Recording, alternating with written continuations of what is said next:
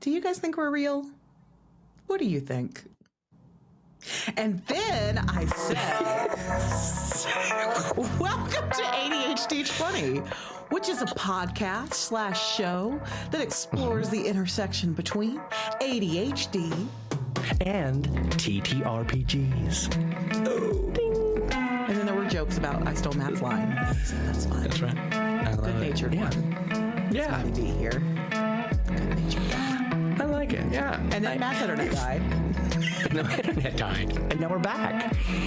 Then, welcome to episode 2, AK. Right.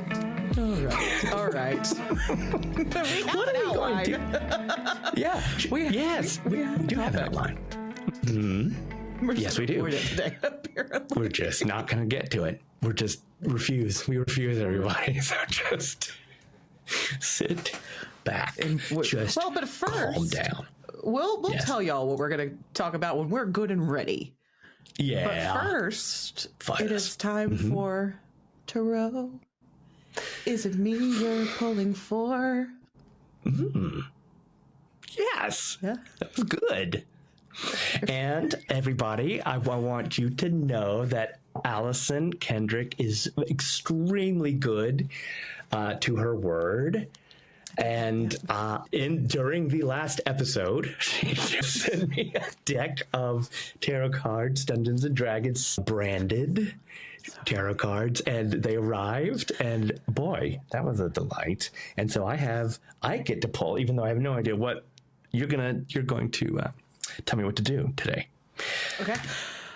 So there is a little bit of like a ritual to how I pull tarot. Well, what's important is that you try a few things and find what feels good. Okay. Hi, Adrian. Hi, Adrian. What I do, God, I can't believe I'm admitting this on air. This is so corny. Really? No, I'm totally going to do it. You know me. Open book over here. So what I do is I shuffle thrice. Okay. I'll try it. And then when I finish my shuffle, I knock them to get like the spirit of the last pull out. Okay. So we go shuff, shuff, shuff, knock. And then I hold them close to my chest like this. Okay. And I'm going to breathe in and out 3 times. Okay. When I breathe in, I say out loud or in the stillness of my mind, I am love. And as I exhale, I say, I am light. I am love. I am light. I am love. I am light. I am love. I am light. And then I'm ready to begin. And so like if I'm pulling cards for somebody else, I'll do what I did last week where like I start, just kind of like shuffling. And so I might see like if one pops out the way one did, ooh, the lovers is what just popped out. Or I might just start like, kind of shuffling the deck until they say win, like literally doing this and being like, say win. And then whenever I say win, that's when I'm going to do that. But I still got to, that was the sound of knocking. These are very dense, beautiful cards. Now I'm going to. Everybody listening, take a centering breath with us. I am light. Okay, Allison. Here we go. I am going to start shuffling, and you are going to tell me when. The chaos. I love it so much. Oh, God. Look on your face. Help. Okay, we're going to go with when. Okay, great. Just to get you off your misery. Ooh. I know this is not nearly as bad. Did you get like Hanged Man or Devil? Death. Time out. It's future Allison. Hi. And then future Matt. Hi. We realized as we got to the end of recording this episode that we mislabeled the card that we pulled, and that's kind of a beautiful, lovely thing. Oopsie. We just got so excited. In tarot, there's both a death card and the devil. And so because it has this beautiful tiefling on it, yep, Matt is showing, I didn't read that this is actually the death card and not the devil card. Yes. But that's okay. Because I think that maybe we saw what we wanted to see, which was the devil. And I think that led to some really interesting discussion that you're going to continue to hear about if you keep on listening to this episode. But we did want to just take one quick moment to talk about death as well, which can also apply to what we're about to talk about. Because the death card is about letting go of what's no longer serving you. I think when we talk about ADHD and death, right, and what we now know, future, Allison and Matt, spoilers, having now recorded the whole episode, is that what this episode truly does become about, instead of like temptation, right, and leaning away from that, as the devil might teach us to, death instead is teaching us to say, like, hey, forgive yourself, let go. Like, you don't have to keep beating yourself up over that. We've spent a lot of time beating ourselves up. You're going to hear about some Matt on Matt and Allison on Allison violence in this episode as well. And so I'm going to officially call for like letting go of that. If you find yourself being unkind to you, maybe that's a behavior that you can let go of. There you go. As we learn some new ways to master these darling little brains of ours. Let's do it. All right, go listen to the rest of the episode now. Have fun. Bye. What is this face you're making? Wow. Excitement and fear. So tell me what that means. I know it's more about change. Don't be nervous. Okay. Exactly. I don't read like doom or gloom in any card. It's just pussy. And now he's mansplaining tarot to me.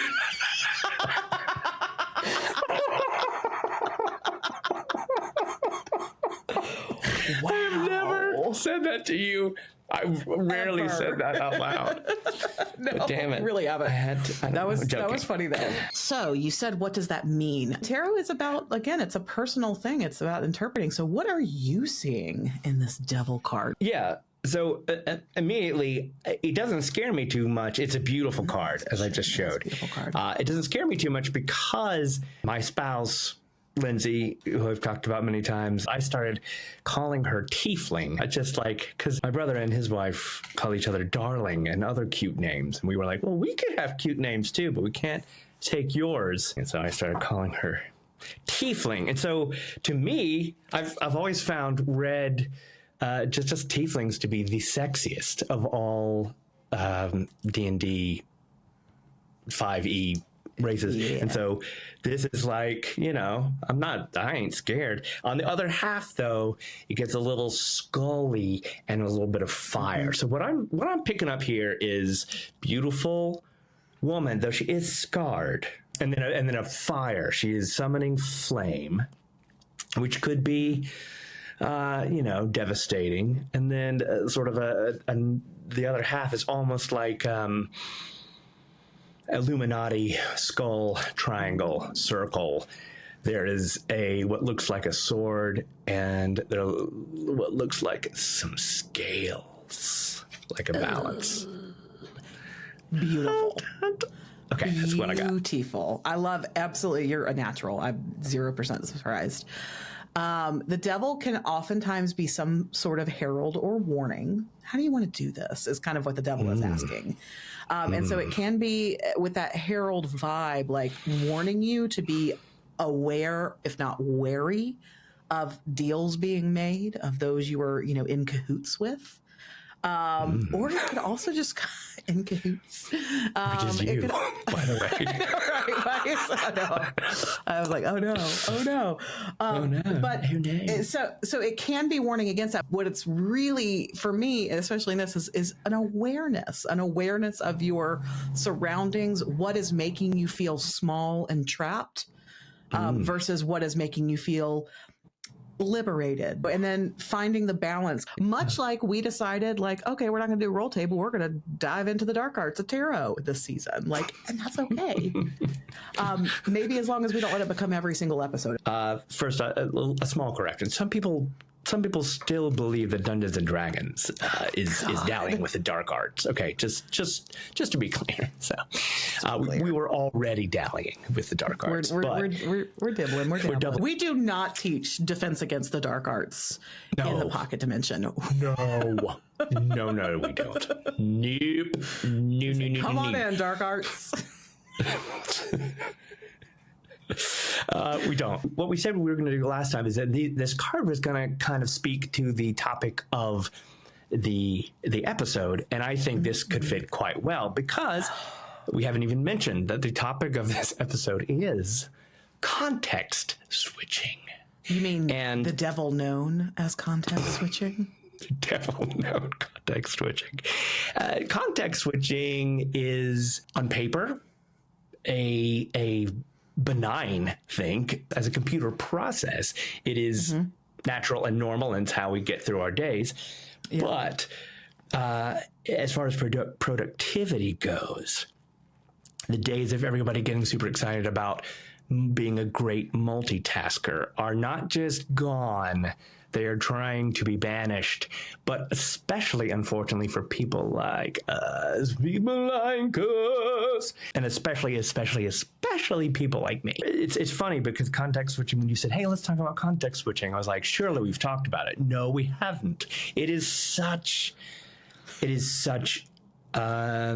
a cause of danger for me. It is a dangerous thing for me. It is something that I struggle with. Yeah. And I would say that of the tenets of ADHD that are on the negative side, context switching for me, I won't say it's full on negative. It can activate my depressive states for sure. It will bring me down real fast if I find myself overwhelmed by the amount. So I think this card, bingo beauty. It says, let's find that balance. Okay, let's go. I just want to first call out that I have this weird, I don't know if it's like a cowlick or what, and it's all I see, just sticking straight up in the air, and I can't every time I move my head. Yeah, you should do what I do. Just don't even look at yourself. Just turn off. Well, but then I can't see you. I know, I'm joking. I've got all kinds of... Yeah, I just wanted to acknowledge I don't know what my hair's doing either today. Yeah, second of all, people know us. They love us. Yes to everything that you just said, and to respond directly to something you just said. I don't know if I knew the words context switching before I met you. That was something that you started to use a lot as we began to work together for the biz in the channel. And then, the reason we thought it would make a good topic today is because if this season's kind of overarching theme is mastery, Matt and I have started to put a couple of things in our toolkit directly related to the prevention of, talk to your kids today about the prevention of context switching, please, before it's too late. Before it is too late. The devil, context switching. I'm sorry. Very nice. Very nice. Very nice. Could you give us the definite, because I think you have it written down, give us, for anybody who, like me, pre-Matt, didn't know what it was. Let's all start at Beauty Base 0. It is a fundamental operation in multitasking operating systems that allow multiple processes or threads to share a single CPU. It involves saving the state of a currently running process and loading the state of another process so that the execution can continue seamlessly. Now, for those who are not developers, when you are using pretty much any, let's talk about Gmail. If you're looking, if you're using pretty much any web app, I'm trying to find the easy way to explain. If you open up an email in Gmail, for example, that is the current state, of the screen, and it is it's showing you the full, there might be an image, blah, blah, blah, but at the same time, the code is also holding the sidebars, and it's holding the inbox, and it's waiting for you to click back to the inbox, and so it's kind of holding that state, saving the state, and then because of the context switching, and a computer does it so well, and it's meant to do it. It's like blam, blam, on and off. And it goes from saving state to loading state, right?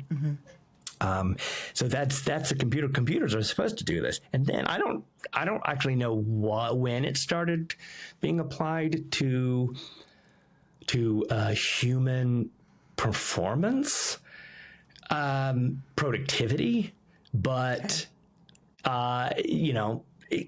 we are not as good at this. We are not as good at context switching. And in human terms, it refers to shifting attention between different tasks or projects. Okay. Because unlike computers, humans experience cognitive costs when switching tasks.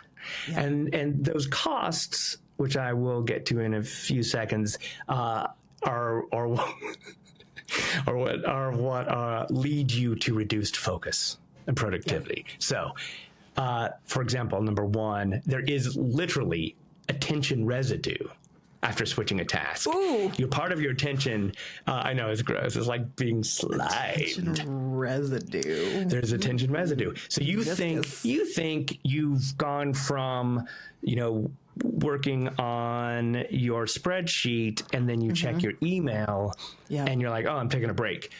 There's a part of you that is still in that spreadsheet, and vice versa. So when you go back, you're going to bring a little residue from the email, and that's going to make it harder to focus on the new thing. Yes. And then that process of flipping back and forth, because our brains are not meant to carry state in that same computer way, with the efficiency, then we experience actual mental fatigue. Yes. It starts to wear us out. And each switch also incurs a time tax as our brains kind of try to reorient itself to a new task. Yes. So, and as you can already guess, that this is for neurotypical brains, more neurotypical brains. And this is going to be especially dangerous for non-neurotypical brains. Because we already have a... Yep. We already have an issue with where our attention should go. We already have that for everywhere. And we also already have a blindness to time. Yeah. And worse is we already have less willpower. We're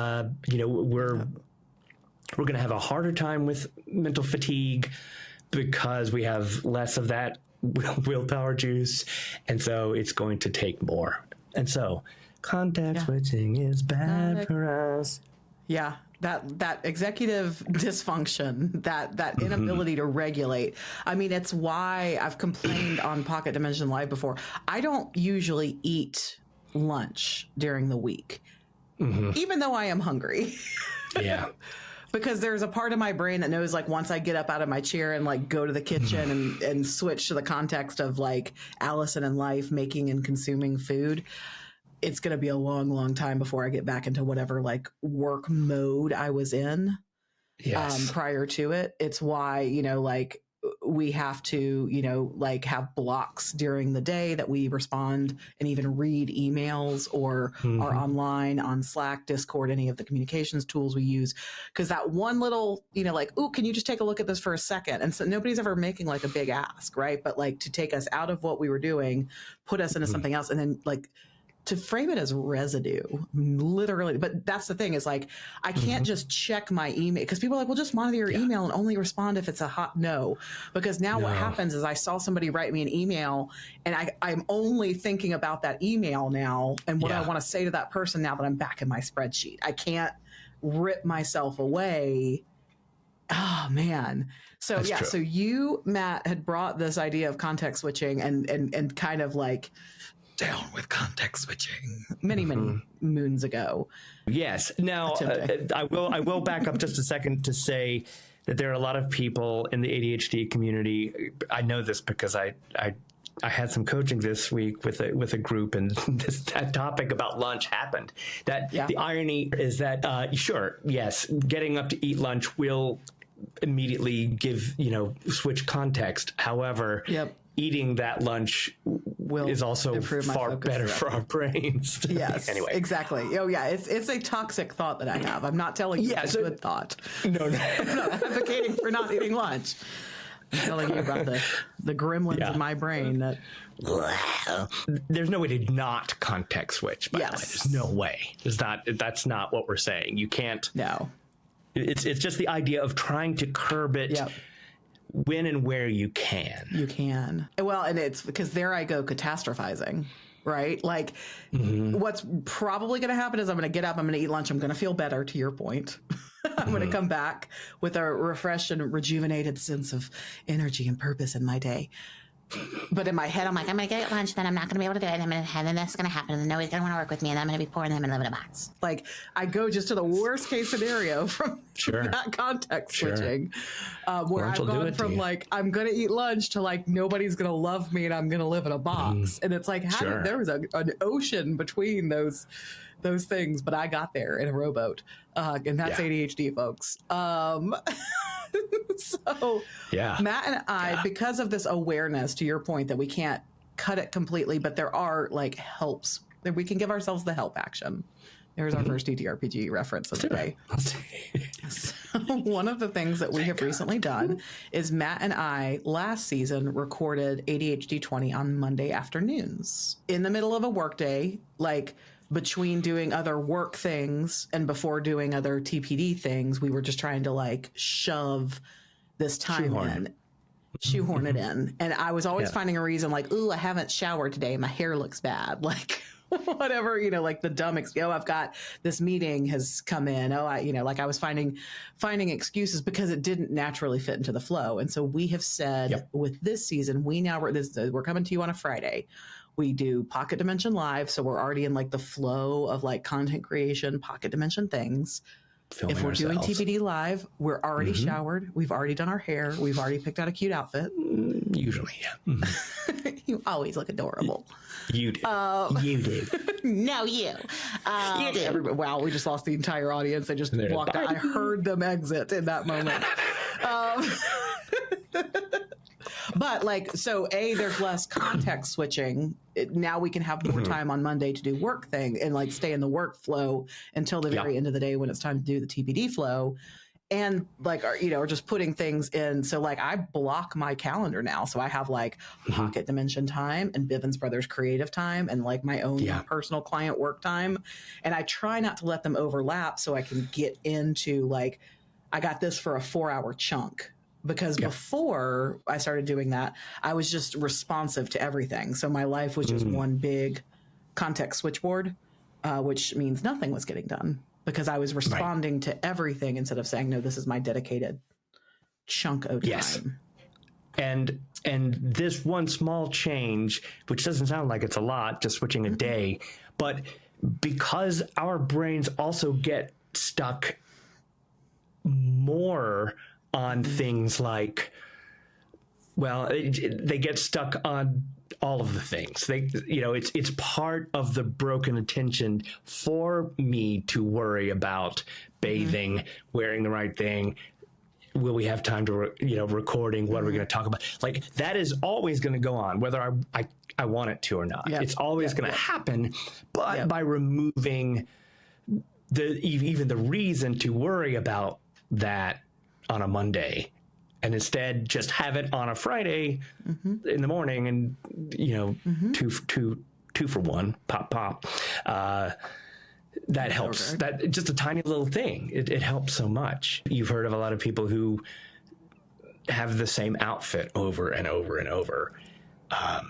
Like they don't want to think about it. Lindsay and I love Fiestaware, and we often buy the year's color of Fiestaware, but this year we took our kind of intense amount of plates and we cut them in half and put half in storage, and every year we'll switch them out. But I'm not joking, I cannot tell you how much easier the morning got for me to not have to think about which plates match this, and it's such a dumb small thing. What? Yeah, you have the rule. The mug has to be different from the small plate. Has to be different from the big plate. Yeah, it's colors, and then we have to switch. So we have, she gets the red plate, I get the blue plate, but then I have the red cup, and she has, come on, it's natural. But yes, the little things by just removing 10 of my choices. Yeah, it's the analysis paralysis plus context switching. Right. Yeah. Right. Because I'm worried about it, and I'm trying to make breakfast, and so then I have to think about, oh no, now I have to color match. I have to design the table, and that can be a big. Maddening. I know, and this is okay. Let me also say, anybody listening to this that does not have ADHD or does not know what we're talking about, we're going to sound super insane. Because when I speak out loud about this stuff, I know I sound insane. I know that I do, but it's real. It's so sadly so real. And so what other fun things? We made a big move. We have used Slack as our team communication tool forever. Yes. And we have, as we've mentioned on just about every episode ever of this, the most beautiful Discord community that we love very much. And so sometimes it is hard to like switch back and forth between the two platforms. So we, in the past couple of weeks as a team, have made a move. We now have the Bivens Brothers Creative Discord. It is not open. It has worked. It's not for, it has worked so well. How if you could guess a percentage, how much more present am I in our beautiful Pocket Dimension Discord as opposed to 2 weeks ago? 69%. Nice. Maybe not that high, but definitely 40%. Let's. Yeah. I mean, I feel like it's a big difference because I'm right there, and I can. Ooh, this is nice. This is going to bring us directly into something that I do constantly to combat context switching. Are you ready? Yeah. So, as a developer and just a nerd, and knowing that it's a problem, one of the first things I do when I'm trying to use a new piece of software is I try to find any part of it that can be automated or can try to reduce some of the context switching. And one thing that Discord and Slack, a lot of apps now do, is they have this. If they're trying to display a large amount of information and it could become overwhelming, which it usually does, they give you what they usually call a quick switcher. And a lot of times it is Command or Control K. Just test it out. Test it out on your local chat app. And so I can do Command K in Discord, and I can bop from your channel to the Pocket Dimension channel to a channel in Pocket Dimension that is specific just by the name. So Command K. And then there on the Mac and PC, there are launchers that do the same thing. And the idea here is that by hitting this keyboard command, which becomes, just muscle memory at some point, by doing that, I am trying to not, if I'm typing and I have a thought and I need to get that, or I need to respond to someone else, I don't take my fingers off the keyboard, go to the mouse, find the app that I need, click on it. Yeah. All manner of things could happen to me before then. Yeah. I could get stuck in email. I could, just by seeing it, I could see an image that I was excited about. A bear could come out of the woods and eat my face. I mean, I have no idea. All manner of things could happen. And so the whole idea of quick switching is trying to get past that. So I'm always trying to learn, how do I get to my email inbox without a bear as quickly face. Without a bear eating my face. Without a bear eating my face. And it's a real challenge in suburban Chicago. It's a real thing, man. But yeah, the idea is, what can you do to get from A to B without having to dip into anything else? How can you not look at your desktop? A lot of people love using iPads because they are technically, basically, unitaskers. You see one app at one time on the screen. You don't see a bunch of windows. Yeah. That helps. So specific to Discord, because one of the other reasons we made the move was like, the more you use something, the more you learn something, the more you learn something, the more comfortable you are, just the more seamless it feels, and it feels less like work.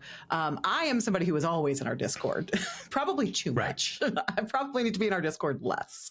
But Matt and Evan were both like, I could learn a thing or two about Discord, like as a platform, right? Like, and so the thought was by forcing us to use it in two contexts, as opposed to just randomly having Slack and then also randomly having Discord, like we're helping lock down the brain into one avenue.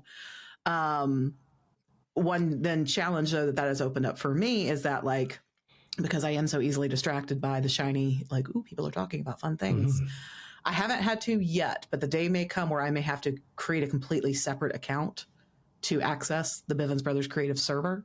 So I am not simultaneously signed into the Pocket Dimensions and all of my. So you're having a hard time. Interesting.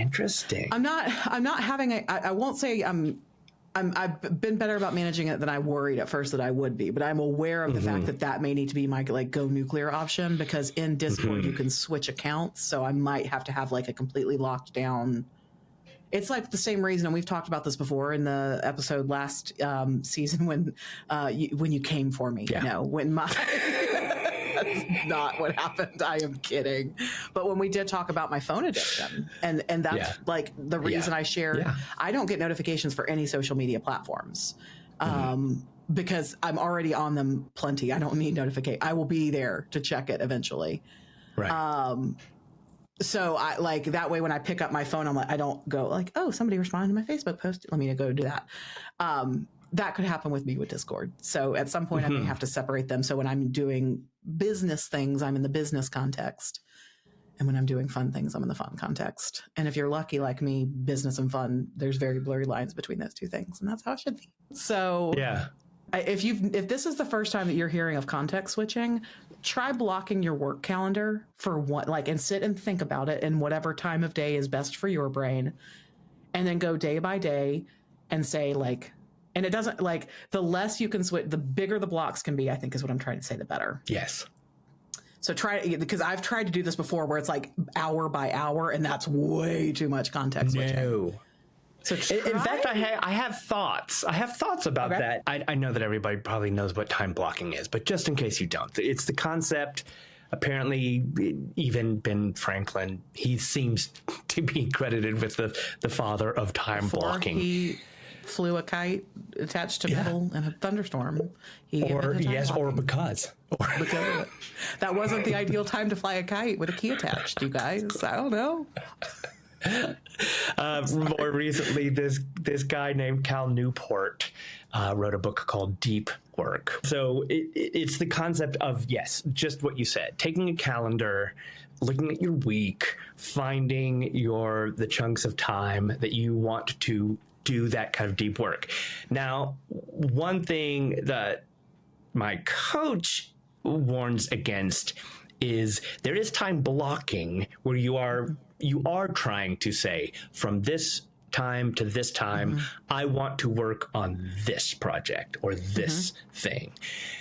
There's another kind of softer concept, which may be better for the ADHD brain, known as time boxing, which is, I think, a little bit more what you're talking about, which is... Put up your dukes. Yes, putting up your dukes, getting a handlebar mustache. Battling. Hey, see, like, yeah. Yes, battling the beat. Feral Fridays, anyway, everyone. yes, it's a battling the beat. Okay, yeah. Well, how did I? Yeah, it's really good. And so, yeah, so you box vague things. Yes. I want to do admin work here. I want to do creative work here. I want to do, and that is.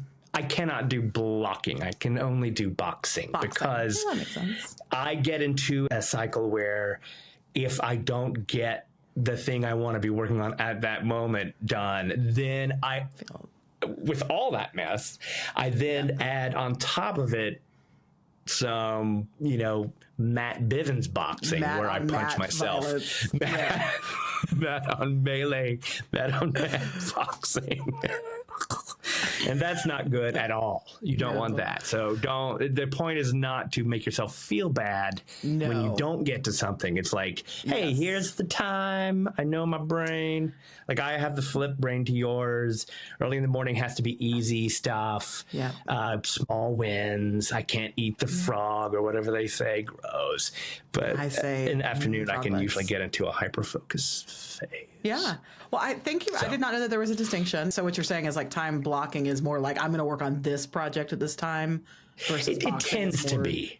Okay. It tends to be. I you know what you like, like do you do well with seeing like on your cat, because like I am such an agent of chaos that the second I put like work on this thing, I'm like I don't want to do that. But if I just have like a generic like business development, social media, like I tend to, when I think it's my idea basically versus like past me telling now me to do something, that's my Allison on Allison violence. Oh man. Oh, Brittany has she's been using this a lot.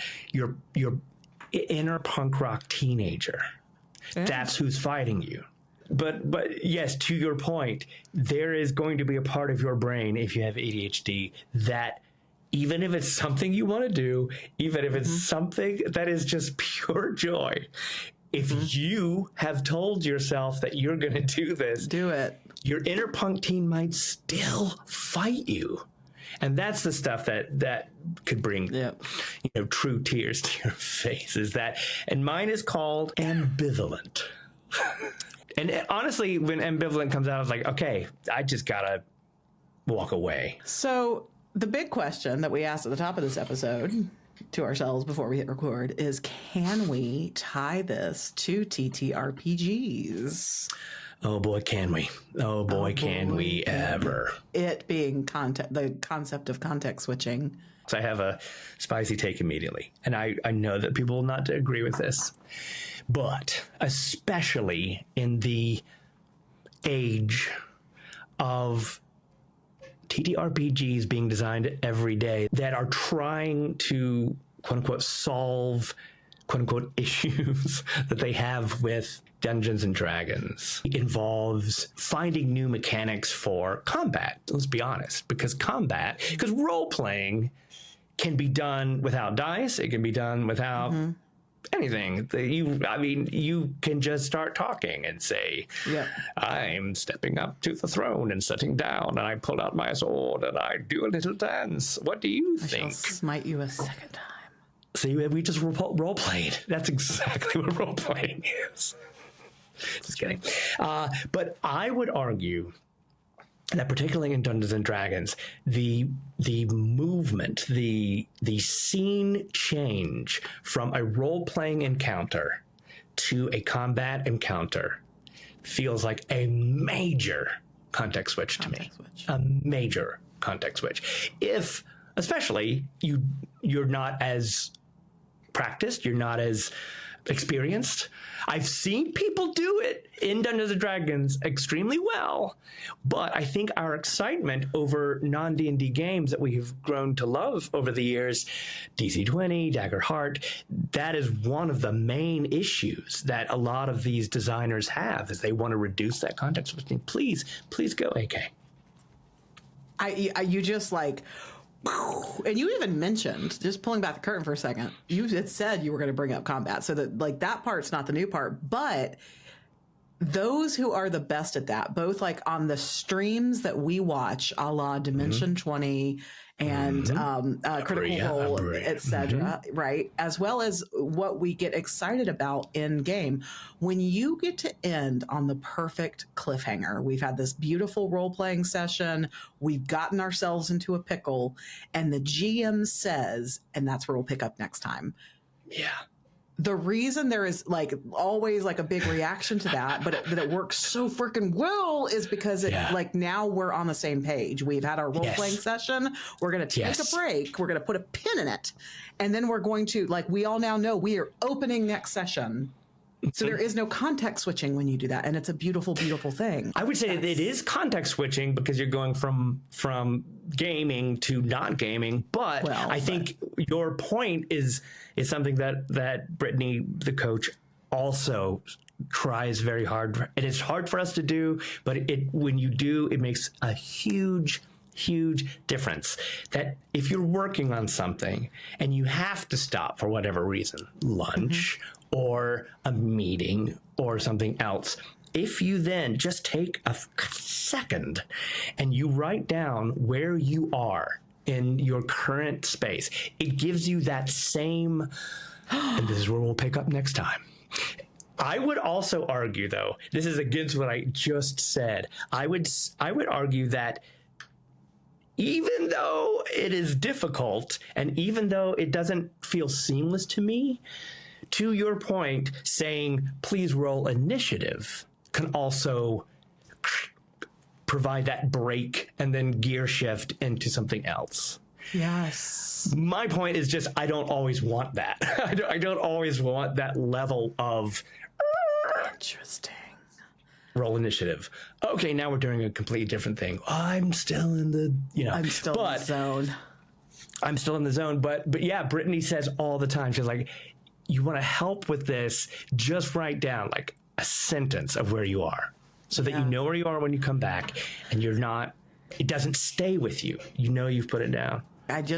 When you said all of that, it made me realize I may need to flip my perspective. A lot of times I will use something like a break or food or what have you as like the reward for finishing the thing.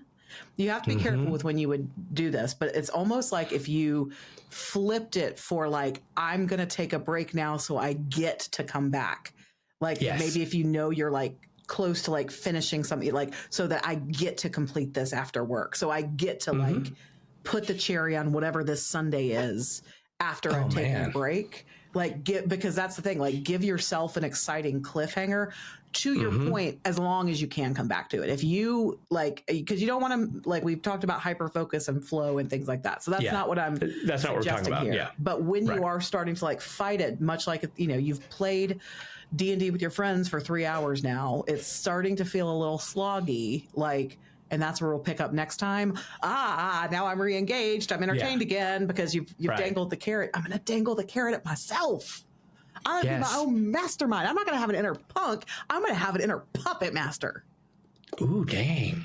Oh, dang. Well, this is why, number one, things like the Pomodoro technique work with timers, because again, you've got, here's 20 and then here's 5 and two, you're an advanced student, obviously, but even like people like Hemingway, who apparently, Hemingway was a man for stories, but Hemingway, apparently would write and never stop at a point that he knew. So he would always he would stop right before he got to a point where he knew what was happening next. So he knew the next day he's going to sit down and start right there. Okay.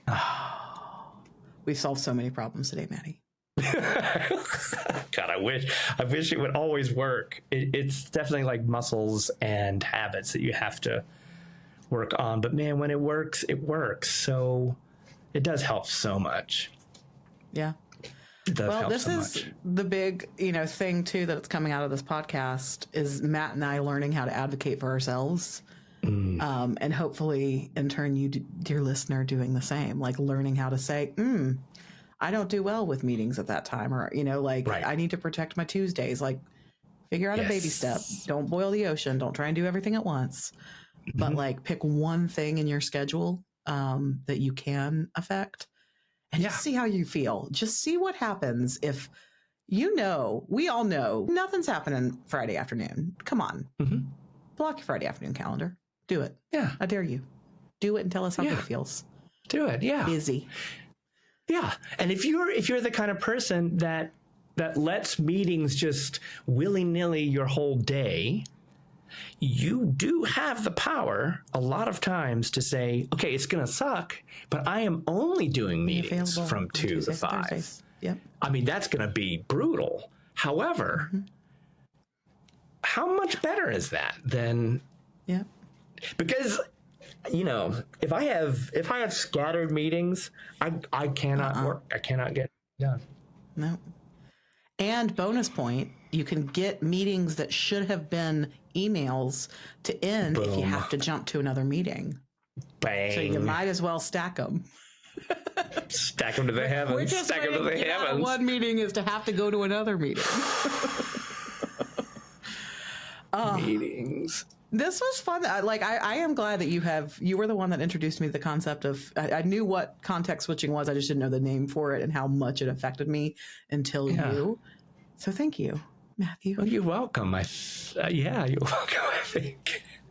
Yeah, it is, you know, we're all here together. And if anybody that's listening to this has some killer tips and tricks, I joke now, ever since we started this podcast, that my entire life is tricking myself to work. Mm-hmm.